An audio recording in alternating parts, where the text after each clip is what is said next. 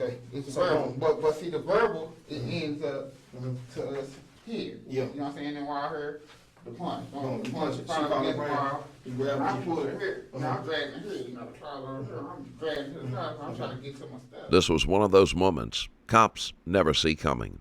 And then just drew it. And I hit her. Boom. Right in her stomach. And I took her. She kind of, How many times did you hit him? I don't know. The suspect didn't wait for any tricks or tough questions. They walked in, sat down, and in a matter of moments, spilled everything. She was blood out of her floor. She squirming. She rolled over to a water bottle, poured water on her. You know, I'm seeing so much evil in her, dog. She ain't even dying type stuff. You know what I'm saying? It was one of the fastest confessions ever. How you doing? I'm sitting warm down for this point. How you doing? All right. I'm trying to get down to the bottom of everything.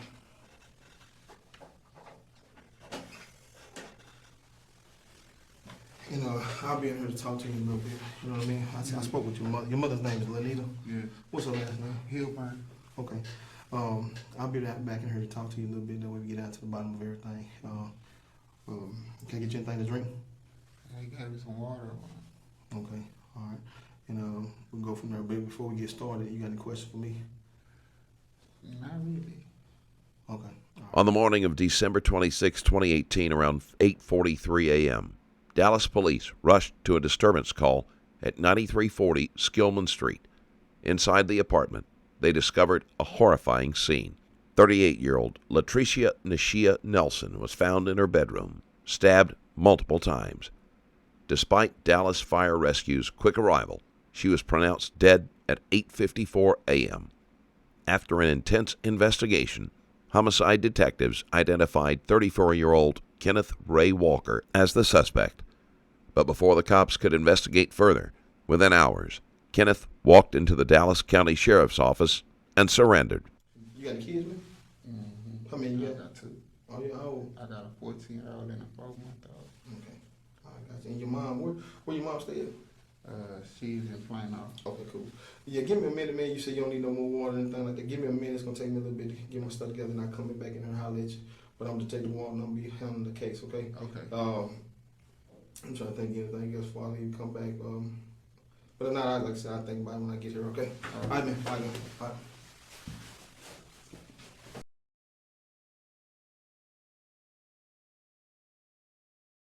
You know, I appreciate you wanting to talk to me. I want to get down to the bottom of it. Let me go right into this so you understand your rights, okay? You don't follow around. You have the right to remain silent, not making a statement at all. Any statement you make may be used evidence against you at your trial. You with me? All right. Any statement you make may be used evidence against you. You want to talk to me so we can get down to the bottom of everything. All right. I don't know you. Today my first time ever hearing about you, okay? But I know that, you know, based on me talking to you, I've developed my own opinion about you. You know, you don't seem like you're a cold-blooded person that you just got a bad heart. It seems like you got a big heart, you know what I mean? Yeah. And at the end of the day, I got to get down to the bottom of this. Can I call you Kenneth? Yes, sir. I got to get down to the bottom of this to find out what exactly happened out there, because I know things got bad out there. All right. Mm-hmm. So tell me, let's start from the top and tell me what happened, so that way we can go from there. Kenneth is almost too eager to describe the crime, which also highlights another emotion that can lead to quick confessions: pride. It could be a desire to boast about his actions or take control of the narrative, feeling empowered by recounting the details. I had just did 5 years, man. I had got out of penitentiary in like 2012. And I was living with my grandma, and my grandtie ended up dying on me in like 2013. That's when I first came down to the bridge and met her. But long story short, man, you know, she's a pretty aggressive girl. You know, I put it like that. You know, and you know, I got a 60-year-old mom, and you know, kind of slower family. You know, so how I'm stringing my family along, you know, she's not doing that. You know, so you know, I might get into arguments or whatever with Latrecia, but you know, it came to a point to where I felt like she was punking my family. Yeah. You know, and when you got when I got my mom here 60, I got a brother who has seizures, you know, and I got this aggressive girl, and at the end of the day, when we argued, and you know what I'm saying, and I can leave. Right. You see, I got somewhere to go. handle your Yeah. Okay. So, and when I leave, and I leave, you know, so sometimes when I leave, you know, things calm down and I come back, you know, and it be like that, you know, but it started to seem like, you know, she was kind of punking me and blackmailing me, you know. Yeah. You said blackmailing? What Blackmail, like, you know, my dad's in prison, you know, and she'll come with me with it, well, you gonna be in there with your daddy. Yeah. You know, some old stuff like that. You know, man, I'm not your mama. I can't take care of you like your mama. You know, just some kind of stuff out the blue, you know, and it's to the point to where I don't want to bring my mom around. You know, I don't want my family around you because you might beat up my mom or maybe do something to you, you know, or, you know, and it's kind of blackmail because, you know, I've been to prison and my fight kind of different. You know, I'm going to run from you because I don't want to go back to prison. You know what I'm saying? And that's kind of my little get there, you know, but you got some people that don't want to respect your mind, you know, and it turned into blackmail. You going to be in prison. I ain't your mama. And brushing up against me, beating me up, and then it's starting to pump. And I told him, I said, man, one day you're going to get that fight out of me you looking for, man, because, you know, I don't want to get in trouble for it. That's why I don't really mess with you like that. Came time for that fight, man. Came time for the fight. So what happened? Understanding the motive behind a quick confession can be tricky, but it often involves a complex mix of emotional and psychological factors. The first and most appropriate emotion is remorse. The person may feel overwhelmed with guilt, making them eager to confess and unburden themselves. But was this the case here? We was just chilling, kicking it, you know. What time? When was this? What time? I went over there. I got over there. I can't remember the time because I know she had just wanted to see my son. They did their little Christmas thing. So it was yesterday? Yeah. You know, I know they had did their thing, so, you know, things was calming down, chilling, you know. Wherever I was out of bounds or whatever, violating or whatever I was doing, you know, but, you know, it was chilling, you know, Christmas, you know, she done seen my son, we went through the little CPS and So you and her at the apartment? Yeah, with Clyde, you know. And Clyde, so who's Clyde? That's her friend. Okay, This guy she knew, you know, she was just holding it down for him, you know, he had been out there homeless, so she kind of let him stay, get him a place. $40, you know what I'm saying, he was paying to stay there, you know. And the apartment that we're talking about is... When authorities already have enough evidence to convict a person, there's always a sense of inevitability. In this case, the confession is almost a formality. Kenneth may very well be feeling there's no point in holding back. Then the pumpkin started, or the argument. This happened yesterday. This is on Christmas. Yeah. So, you know, it might be something out the blue said, man, I'm whatever out the blue. And, you know, when I get the right job, I might come back with some, well, I'm chilling, man, I ain't really trying to do all that, you know, because I know that's a fight for the story. You know, I'm trapped in the house. And she likes to run out, scream and get security. You know, sometimes out the blue, you know, she might say something fancy to me or something fancy and stand up, go unlock the door and hold the door, and you can exit if you want. You know, like you know, either way, I mean, you can't pump me, man. Because your only motive is because I've been somewhere you haven't. And you know, it's a place I don't want to be, or I would rather not be, or I'm trying to stay away from. So when it turns to blackmail, I was like, man, you don't get that fight out of me, man, because you're not going to be punking my family and punking me. In some cases, a suspect may believe that cooperating immediately will lead to more lenient treatment. Confessing quickly could be seen as a way to gain some control over the outcome. You know, and I could have ran, took off, or whatever, but now that the whole truth was out, Kenneth Ray Walker was arrested. He now faces a first-degree felony charge and awaits justice. To help me understand exactly what went on at that apartment.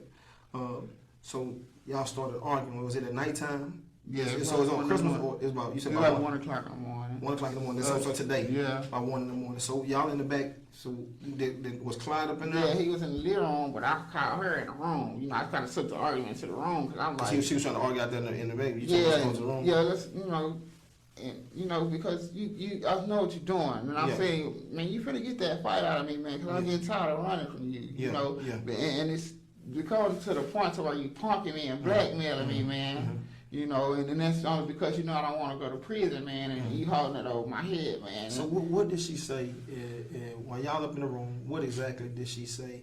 What started? Because the situation may heat, and then it'll die down, and when the conversation dies down or the argument dies down, she'll throw something in there. Fuck you. Oh, so it was something. But you wanted to make sure that y'all arguing. You wanted to make sure you got it out. Yeah, but cause it's because I say we talking, it's heated. When we calm down, boom, we friends again. And I just have to do, but shit, fuck what you talking about, Yeah. kind of type shit, just man, well, fuck. They're gonna kind of trigger you, and I'm like, you keep coming with me with this fight, man. We didn't calm down, but you always got some smart ass shit to say. I'm gonna let you have what the you want, that's kind of where my attitude. Well, come here, man. So that's when you said, come on. And show me, like I said, just show me because I need to know. Because the door is like right now. I was like, come on in and push the door, and she's fighting. And I can hear her. Boom. You hit her with your fist first? Yeah, but I had my coat in the closet. I had a little dagger in my coat that I hadn't found like a while back. Kind of had it with. And so when she came up, you said you hit her first. Did she fall down? Yeah, kind of. And I really grabbed her and dragged her over there, You dragged her in the closet? Yeah, to the closet so I could get my coat and get in my coat because, man, I'm not. Was this coat right here? Nah, I had another coat Okay. on. So I'm like, man, I'm gonna go on and get you out of it because it's not a fight. You trying to punk me, man. This ain't no. It's an argument over nothing. It's becoming a punk and a blackmail. So she was unconscious at the time when you hit her. She fell. You drug her. You drag her by her hair. You drag her by her clothes. By her clothes. She had clothes. So what did she have on? Okay, she something I don't really remember. Okay, so did you pull her shirt up off of her? No, I didn't. I just pulled her. You pulled her. You got you. So you kind of pulled her. So basically, okay. So we here. Well, okay. It's verbal, but see the verbal it ends up to us here. Yeah. You know what I'm saying? And while her the punch, the punch, she found the ground. You grabbed I her. pulled her here. I'm dragging her here. The closet over here. I'm dragging to the side. So I'm trying to get to my stuff. Cause she got me hot. So I get it to my stuff, and she, and she's trying to fight. I'm holding her, but I'm hot. I'm like, you ain't got me hot, man. I told you leave me alone. I told you leave me alone, and it won't be nothing, and I can go. But now I'm rustled up, and I give my dad, man. I said, man, I don't leave you alone, man. But if you keep fucking with me, man, I'm gonna hit you, man. I'm gonna beat your ass, man. But you told her. So you hadn't stabbed her yet. And then I let her go. And then just drew, and I hit her, boom, right in the stomach, and I took off on her head. How many times did you hit her? I don't know. Because the thing about it, so is it a lot, because she had more than one, Yeah, that's what I'm saying, So you said, Yeah, the first place that you got her was in the stomach. Yeah. And then what happened? What did she do when you? She just, it was subsided, because I really left her alone, and I'm going to leave you alone, and I ain't going to fuck with you no more, because that ain't what I'm trying to do, and then I said, man, fuck you. Because I know it's coming back. So it basically you thought about everything after you hit it at one time. You thought about it, man. No, it was like I let her go. I had my dad. Yeah. I was like, man, I'll stick you, man. I'll fuck you up, nigga. I said, well, I don't leave you alone, man. But if you keep coming at me, man, you gonna end up making me fuck you up, man. That's what you told her. You know what I'm saying? You gonna end up making me. That's after you started the first time. I hadn't hit a stab yet, and I said, you gonna make me end up fucking you up. And she kind of, because she ain't got hit. Yeah. And I just. Yeah. So basically, she kind of brushed off like, yo, whatever type. Yeah, I came on with it. Yeah, I came on with it, man. And so after you stabbed her, because it was she had multiple stabs. I stayed till she died, man. Did you? I did it till the girl died, man. And well, really? How did you know she died? I don't know if she died. But I'll tell you, when I got finished with her, she was blood out of the floor. She squirming. She rolled over to a water bottle. Poured water on her. I'm seeing so much evil in her, dog. She ain't even dying type stuff. You know what I'm saying? And she's wobbling all over the floor. I'm like, this chick ain't dying, man. Kenneth, is almost too eager to describe the crime, which also highlights another emotion that can lead to quick confessions: pride. It could be a desire to boast about his actions or take control of the narrative, feeling empowered by recounting the details. I understand her neck, her eyes. Cause I'm hot, I'm trying to really kill her though. You know what I'm saying? Bitch, I'm gonna say, you ain't gonna do it, so we gonna get rid of you. You know what I'm saying? So I'm really trying to kill her, but at one point I let her go, man. I told my mom, I said, Mom, this girl wouldn't sit up here and die. I mean, if I tell you that girl wouldn't die, man. And as far as when you said you stayed there till she died, did you stay there till she stopped moving? No. I'm gonna tell you what, she was wilding out, woo, like I said.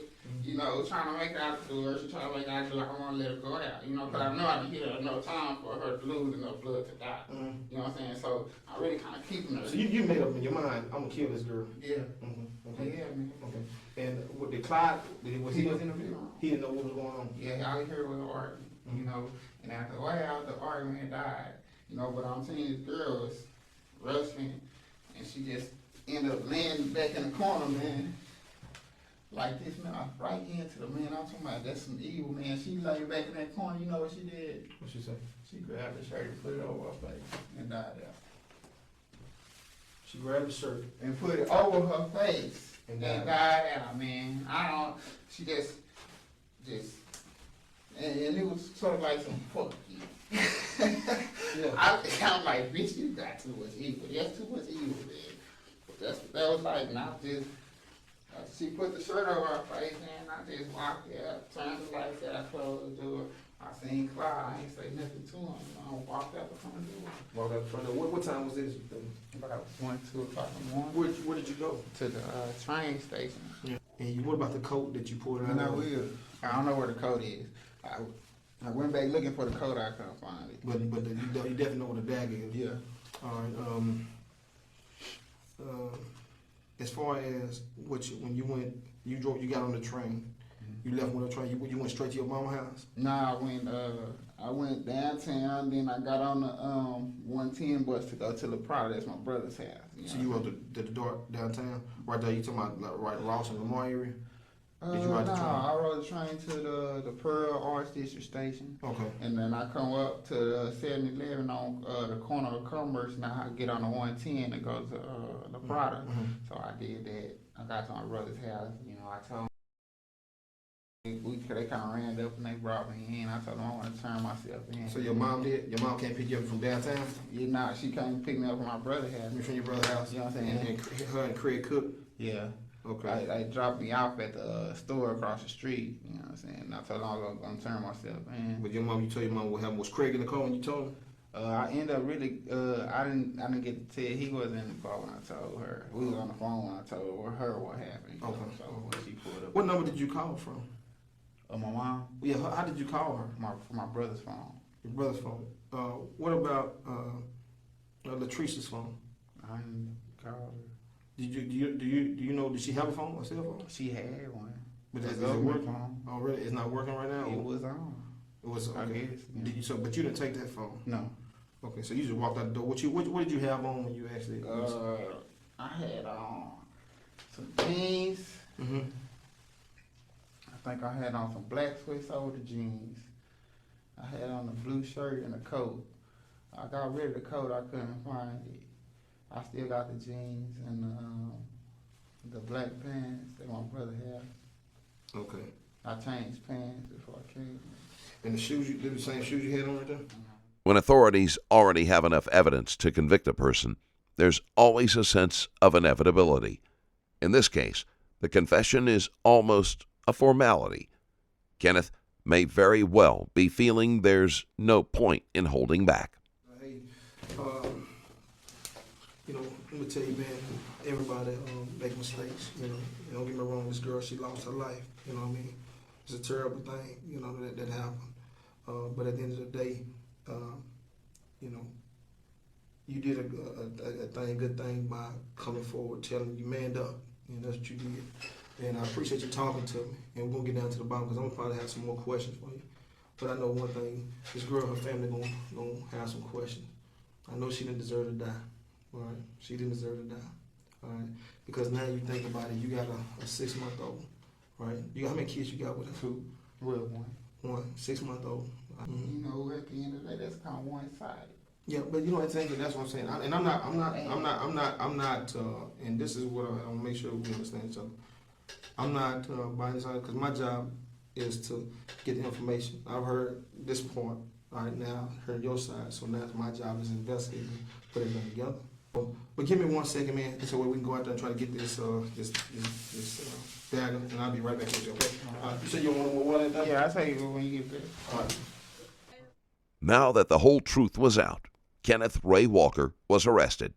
He now faces a first-degree felony charge and awaits justice. That'll do it for today. If you like this video and want to support the channel, there's a Patreon link in the description below where you can do just that. Thank you for watching. Stay safe.